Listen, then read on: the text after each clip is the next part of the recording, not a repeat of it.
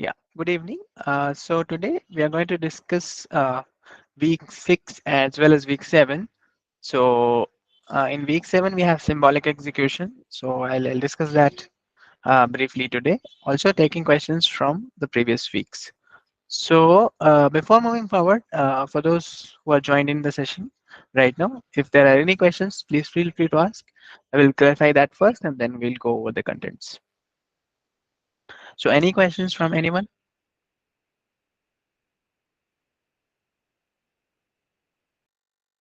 No questions for now, sir.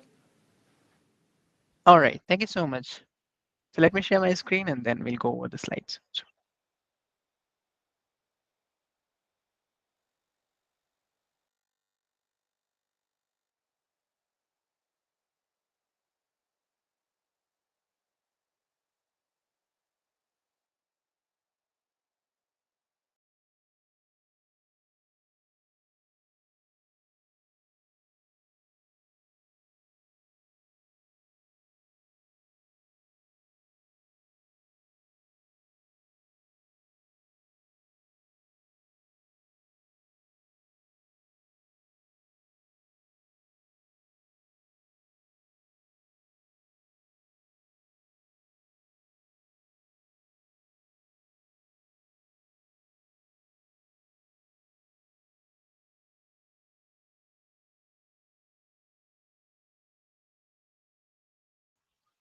please let me know if the slides are visible.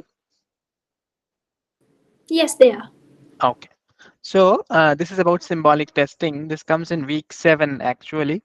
So apparently the deadline for assignment for week 6 as well as for week 7 is going to be coming Sunday, if I remember correctly. So therefore, I thought I would just cover some of the topics. I like the some of the topics from week 7 also, which is predominantly going to be about symbolic testing. So, uh, the questions that are going to be there in graded assignment also relate to these topics. So, to the extent possible, I'll cover this today, and in possibly in the open session tomorrow, if one gets scheduled, we'll discuss the remaining portions from this. Okay, so this is what the slides say about symbolic execution.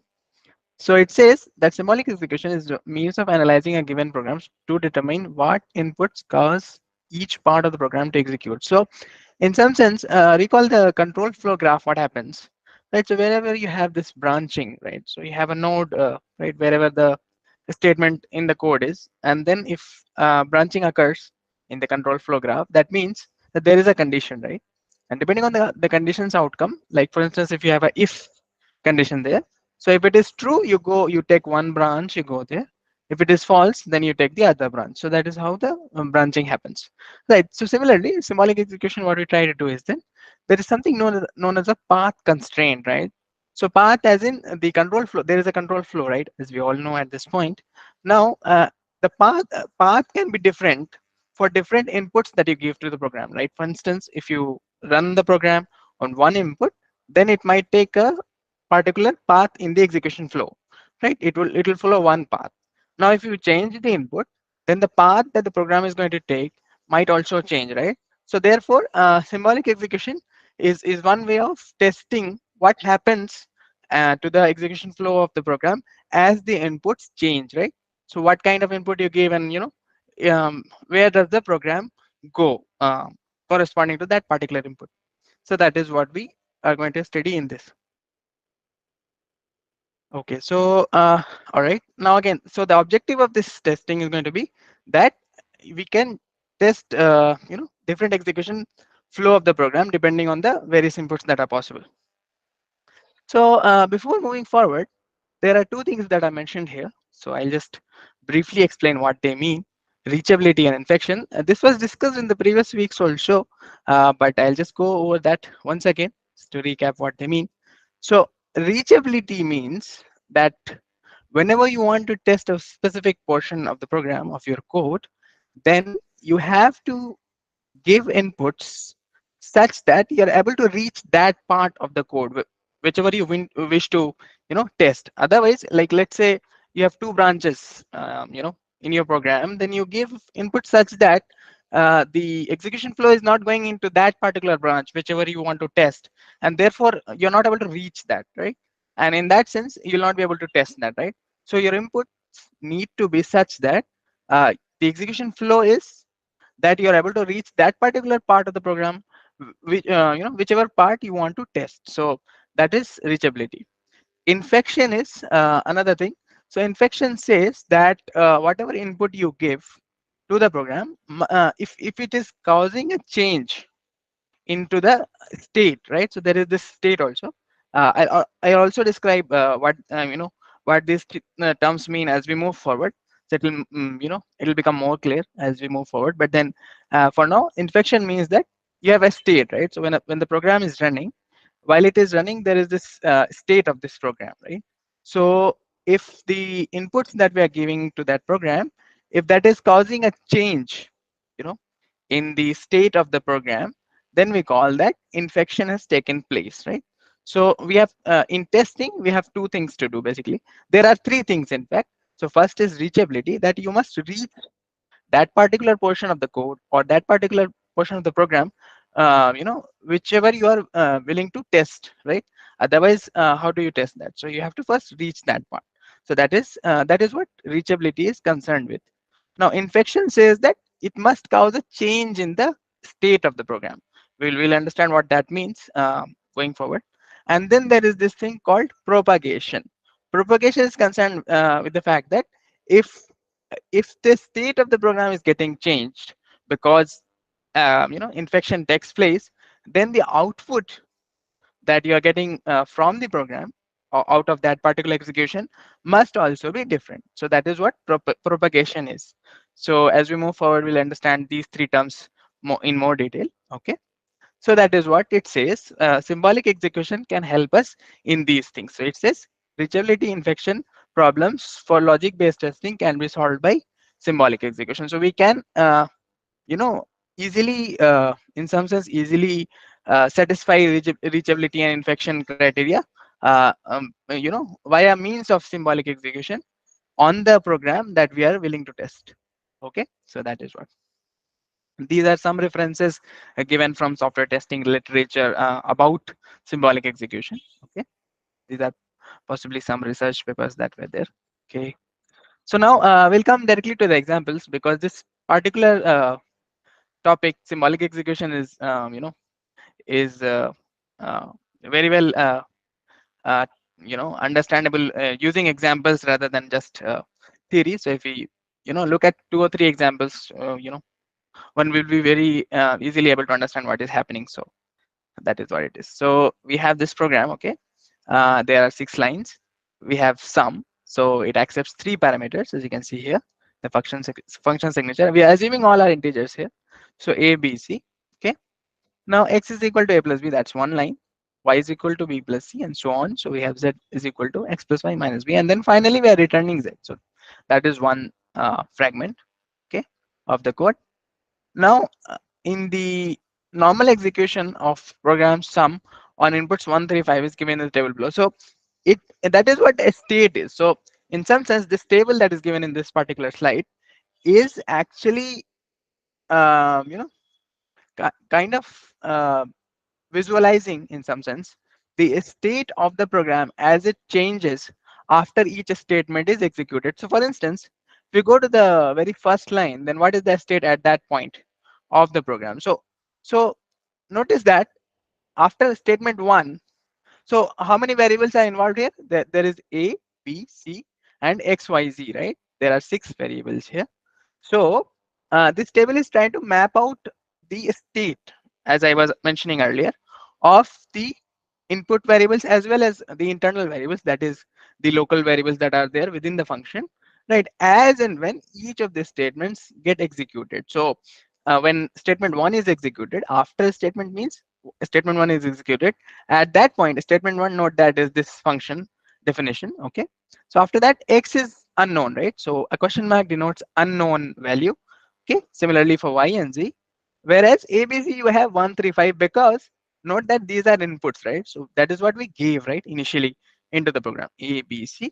Okay, so the inputs were 1, 3, and 5 respectively. Therefore at this statement, when this function is called, it will be called as with a being 1, b being 3, and c being 5 respectively. So that is what it says, the table says. Okay. Now, in the after the second statement is executed, that is, second statement is x is equal to a plus b, which means whatever value a is having currently and whatever value b is having currently, we'll add those two together because this is a plus, right? And then whatever the result is, we'll store that in x. Okay, so you can see that is what happens. You have a and b, okay, and then you add these two and you get 4 in x. That is when that is happening. That is happening after statement 2. Okay, rest of the things I think remain the same, therefore they are not repeating it again. Now, if you go to statement 3, what happens? You see that y changes, right? Because statement 3, we are assigning it to y. What are we assigning to y?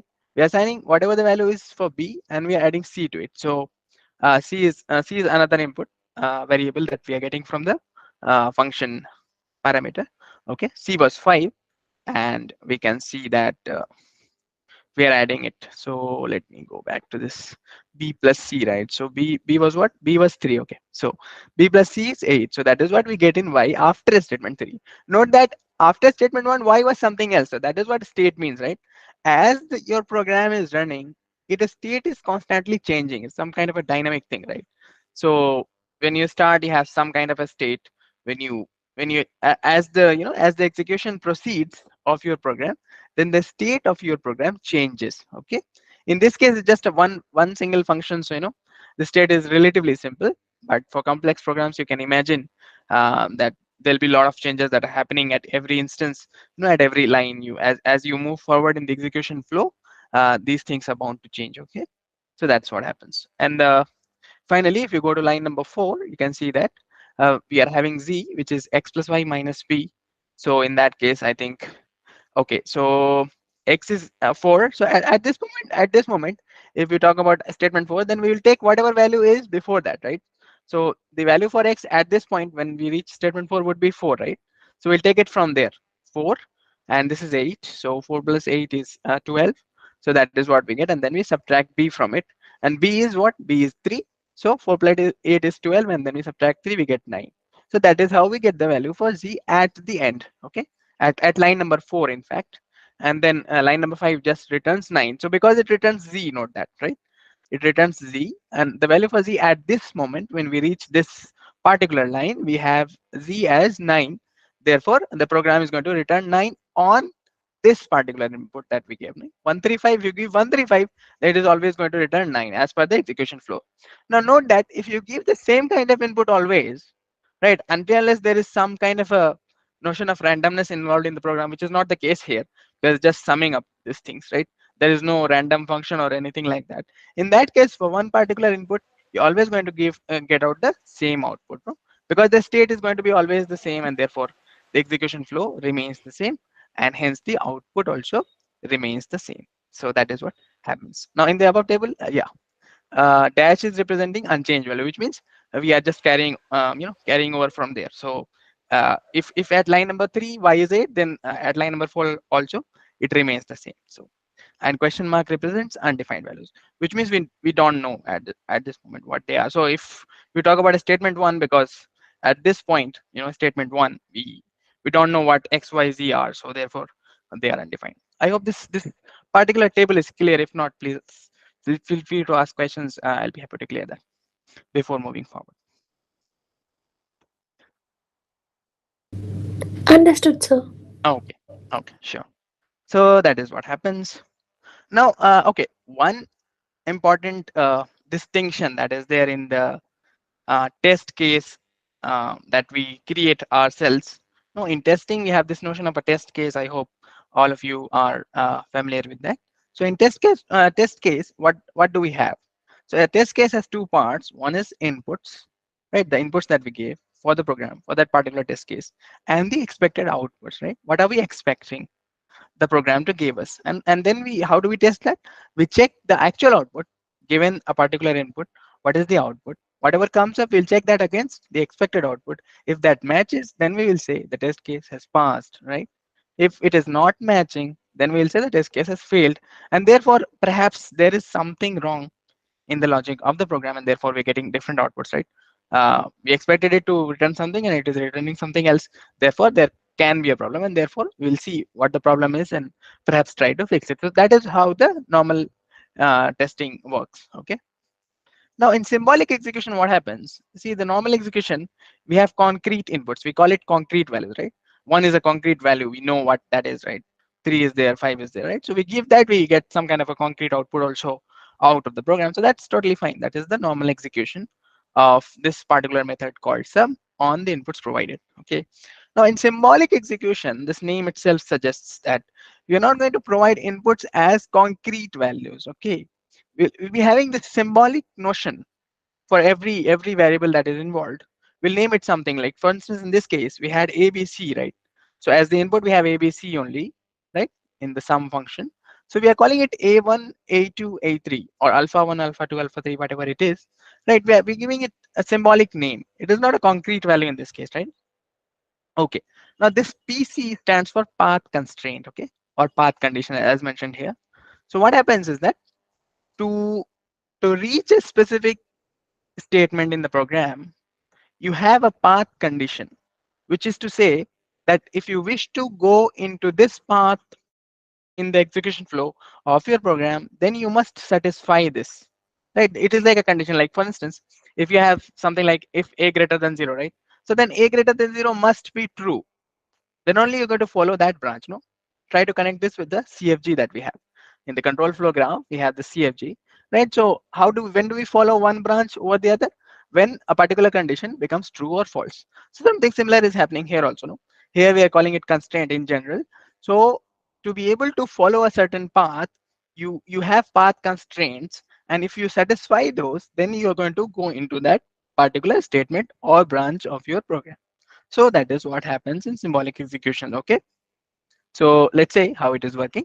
So in the first statement, we don't know why x, y, z are. That's okay. Instead of giving concrete values here, we are giving no alpha 1, alpha 2, alpha 3. And in this case, since we are just starting, right? So I mean, like there's nothing, no condition. We have to anyway start because the function is called. So we start with the path constraint being true because we have to start. So we are just saying true. Okay.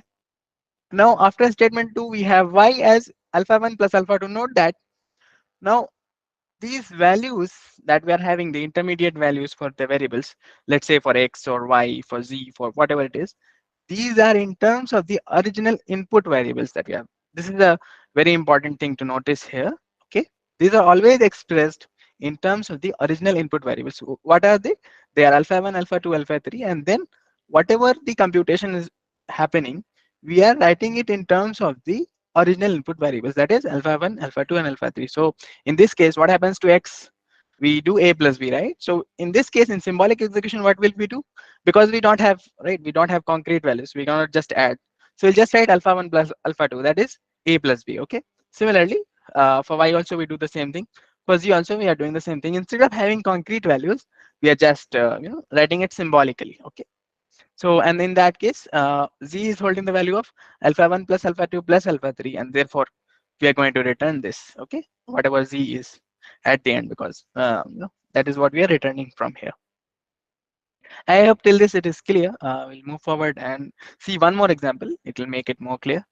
So that is what. So this table represents symbolic execution of this sum function over this symbolic input. No, again, so we don't have concrete values. Okay, so we are just providing symbols, and accordingly we are doing the computations and seeing what we are uh, getting as the output. Okay, so that is what PC is the path condition.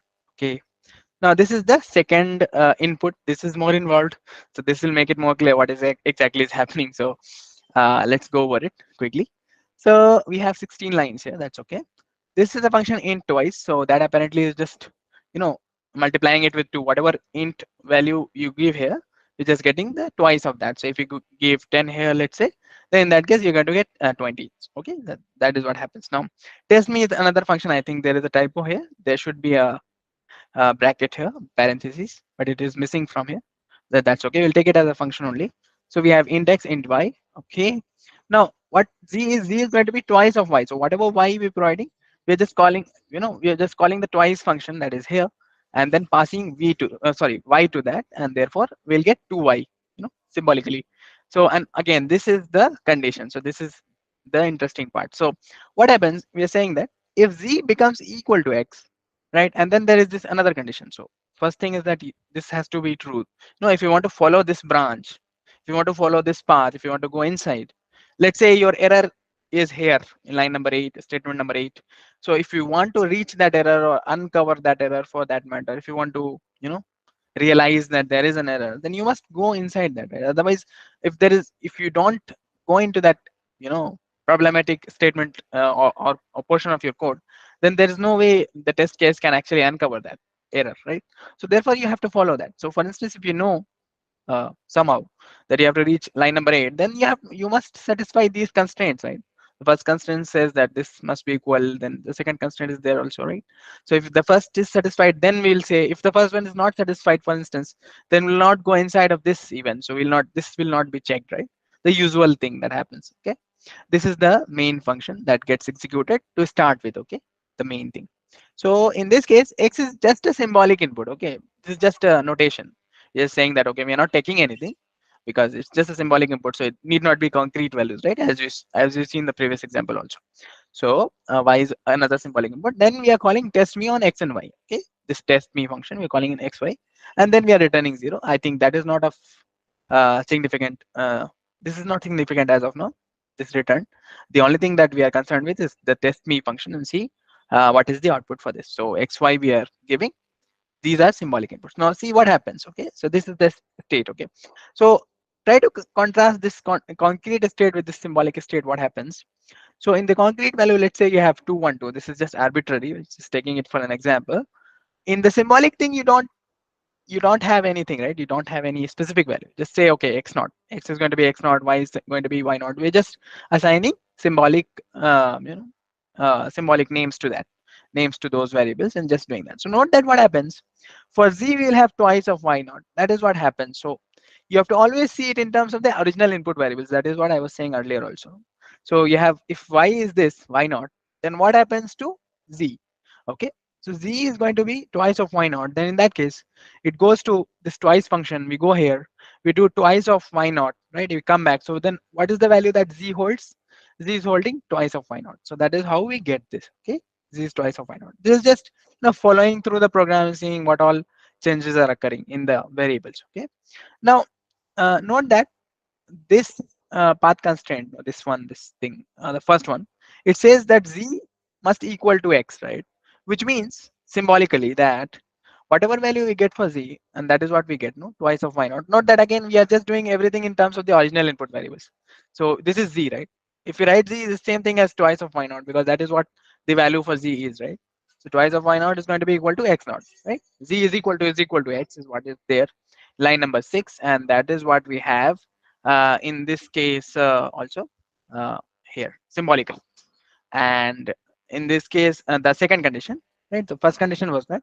Second condition says that x must be greater than y plus 10. Now, you know that y is denoted by y naught. Okay. So then in this case, if you want to reach that, then okay, I think there is an issue here. It says that if you want to go inside, right, it should be greater than y plus 10. But for some reason, it is a 10 less than equal to, perhaps. This perhaps is the typo, should be greater than, I guess, because that is what we have, no, in the actual path constraint here. X plus 0 greater than, I think that 0 was not required, but anyway, x greater than equal to this one, y naught plus 10. So that is the second path constraint. Not that, so we are willing to reach this statement. So you have to satisfy the first thing and the second thing, right? Because if you're not going to go inside the first branch, then there's no way you can go into the second branch. Therefore, you have to satisfy both of these conditions. So first condition as well as the second condition. Therefore, in logic, what do we do? If we want to satisfy both of them, we say and, right? Instead of or. This is not or, right? We have to say and. So that is what we are doing here. This thing, right, symbolically. So this is this, right? This path constraint, and this is a symbol for and, right? So we do and this other path constraint that we have. So x greater than y plus 10. So if you have this, once you have this path constraint, like we understand that, okay, if these constraints are satisfied, then I'll reach my statement, whichever I want to reach. I will reach the error if I know where that is. Then I'll have to solve this path constraint. Now here comes satisfiability and solving this predicate. So we have to solve it in terms of the original variables again. we just have x naught and y naught, no, nothing else is there, because that were the original inputs variable. If you talk about test me function, you have x and y, these were the two things. So here also we have just y naught and x naught, nothing else. So we'll solve it in terms of the original input variables and see which inputs will actually result in this path constraint being satisfied, and therefore our objective of reaching the error will be achieved. Okay, so that is what we do. All right, so this is just that, this is the tree that represents how the execution happens. So if the first condition, that is twice of y naught is equal to x, is not satisfied, let's say, in that case, x becomes 0 and y becomes 1. So if we don't want to satisfy, let's say, we want this condition to be false, right? So in that case, you can have this. For instance, one there can be many many solutions to this particular constraint, right? That will satisfy this. So anything that is not equal to this. So if we are saying that twice of y should be equal to x, which means that if we want to make it false, right, then we have to have something which is not equal, right? If you want to go to the false branch. So this is one such input, right? If you give x as 0 and y as 1, then you will get 2 is equal to 0, which will be false, right? And therefore you get to this branch. And for to in order to be following this particular branch, you have to have this as true, right? So what kind of input could make it true? So we have to satisfy both of them, right? So first this needs to be true, which means the other path constraint is also there, right, which is x greater than y plus 10. So if you want to satisfy both of them, then this branch will be followed. Like for example, you have this as true, so you go inside of that. You have the other path constraint. If you want to satisfy both of them, then one such input is this. We'll get to how are we getting this these values for these variables.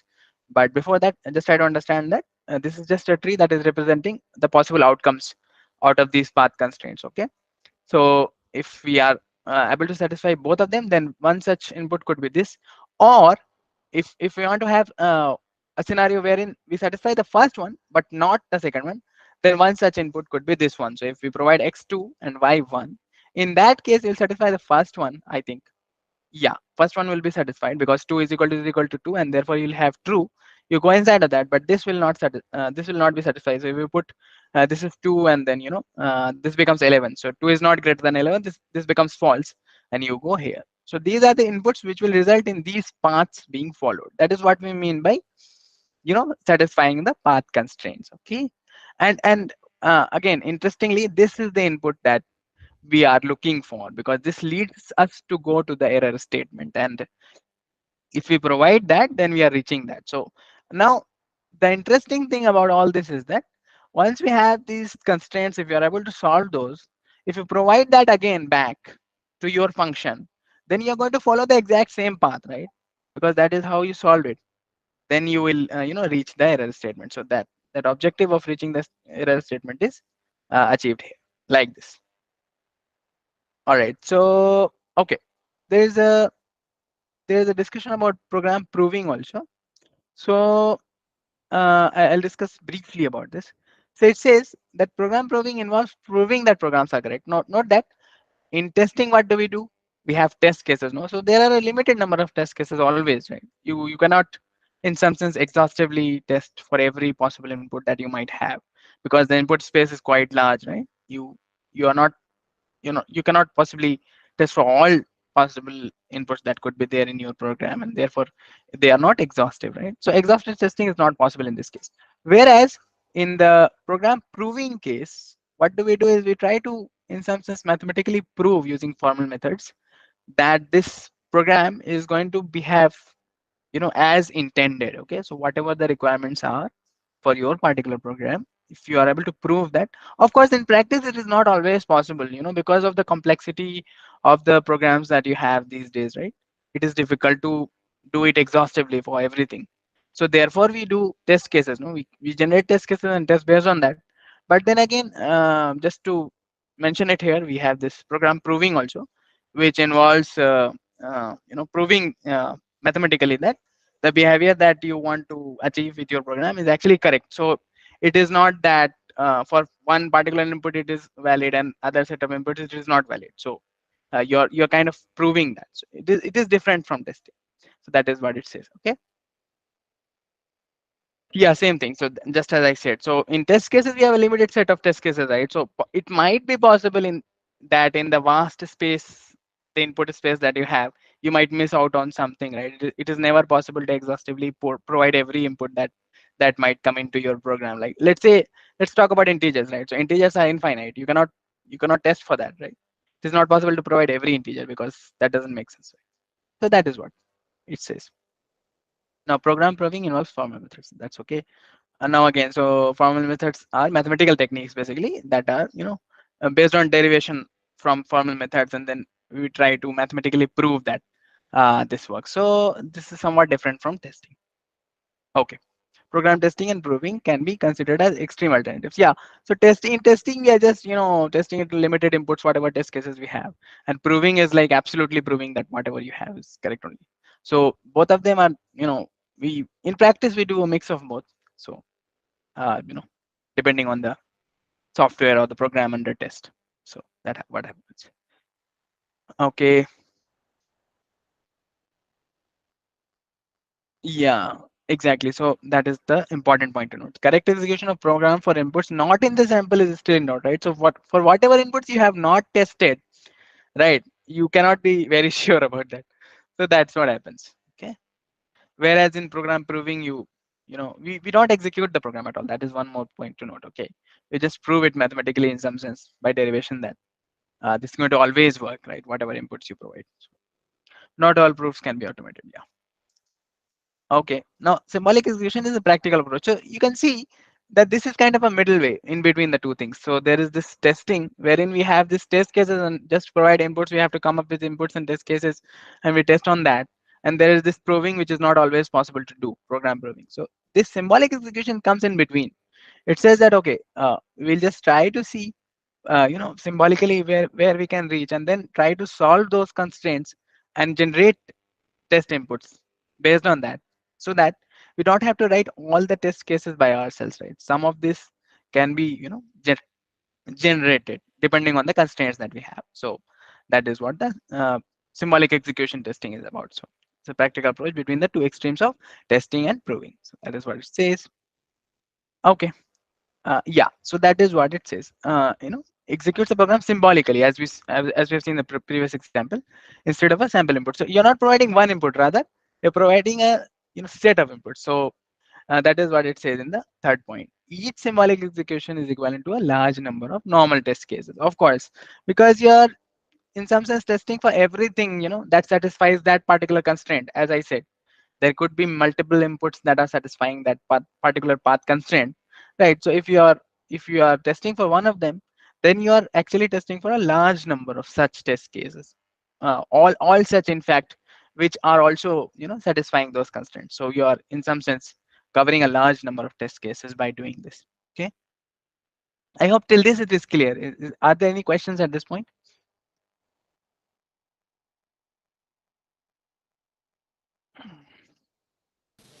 It is clear, sir. Okay, okay, thank you. All right, so that is what happens. Now, symbolic execution, again, same thing as we have already seen in the example, uses symbolic values instead of concrete values, right?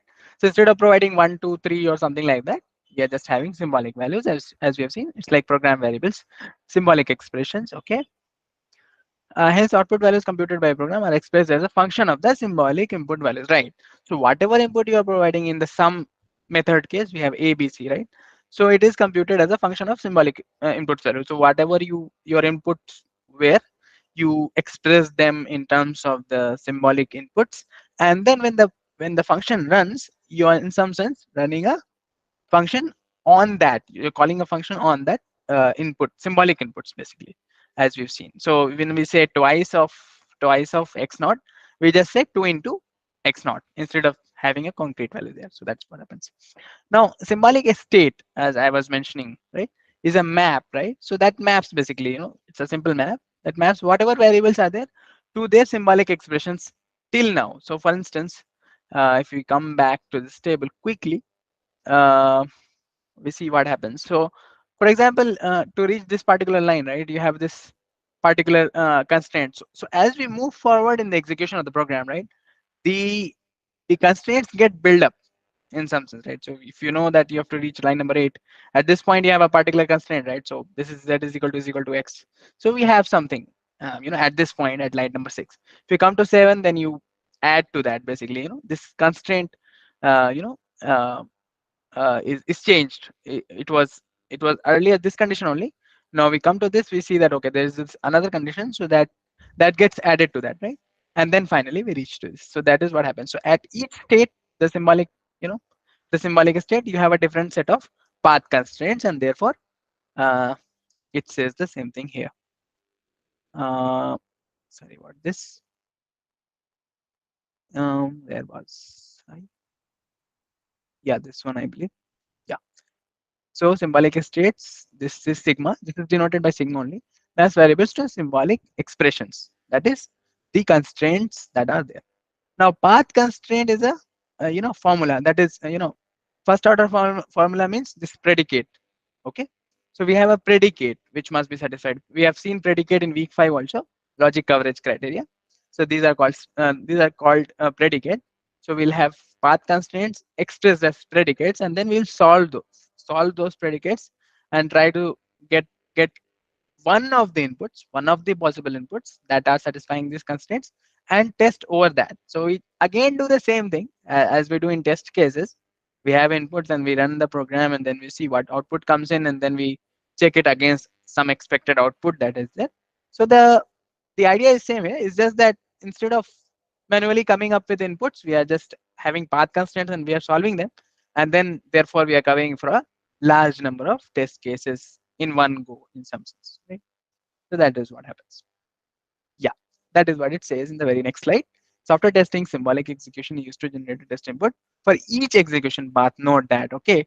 There's another nice aspect about is that as you're following through the program, the execution flow, you're generating path constraints as we move forward in the program flow. Therefore, you're able to generate it for every possible outcome that could be there in some sense, right? As we've seen in this tree, we have this tree. So if you want to make it false, this input is possible. If we want to make this just this one true, then there's this other path constraint that comes up here. So if you want to satisfy both of them, then this input would be taken. This input satisfies both of them. If you want to make this one true but this one false, then you can give this input, right? So in some sense you are trying out every branch that is there, right? So that is how we do symbolic execution. Okay. All right. Now, execution path again, as I mentioned, is a sequence of trues and false, of course, because it is only about path constraints, no, only based on logic, right? What path we are following and what path we are not following. So, in some sense, we have to give the path constraints and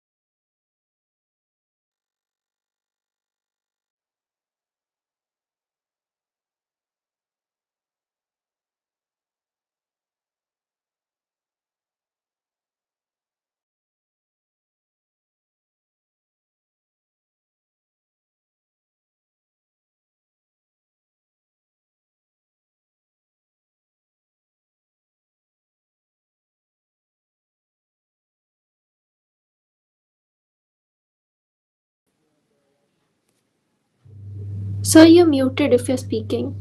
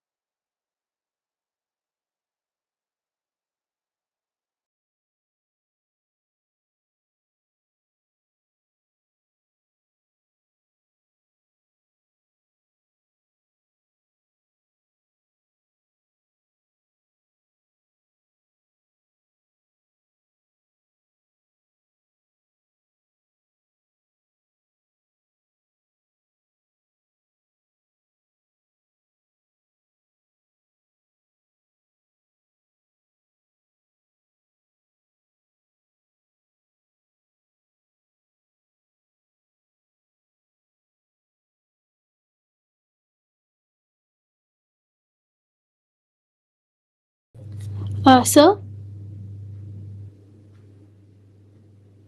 Sir, you're on mute. We cannot hear you.